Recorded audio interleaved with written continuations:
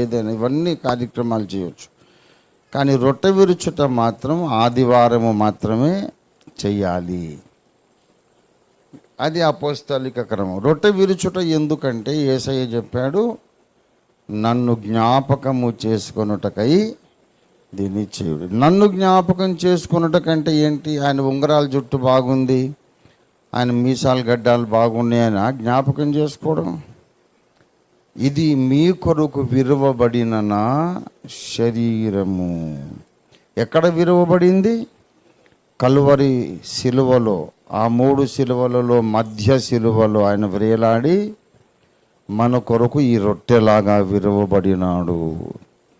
కనుక రొట్టెని విరిచి మనం ఏం జ్ఞాపకం చేసుకుంటాము?